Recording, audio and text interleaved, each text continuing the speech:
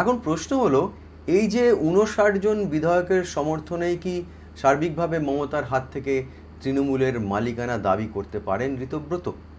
বিষয়টা কিন্তু এতটা সহজ নয়। দলের প্রতীক, নাম এবং অন্যান্য যে সম্পত্তি তা ব্যবহারের অধিকার দাবি করার বিষয়টি অনেক বৃহৎ আর কি, অনেক বড় আকার, এবং সেই বিষয়টি নির্বাচন কমিশনের বিচারের এখতিয়ারের মধ্যে পড়ে।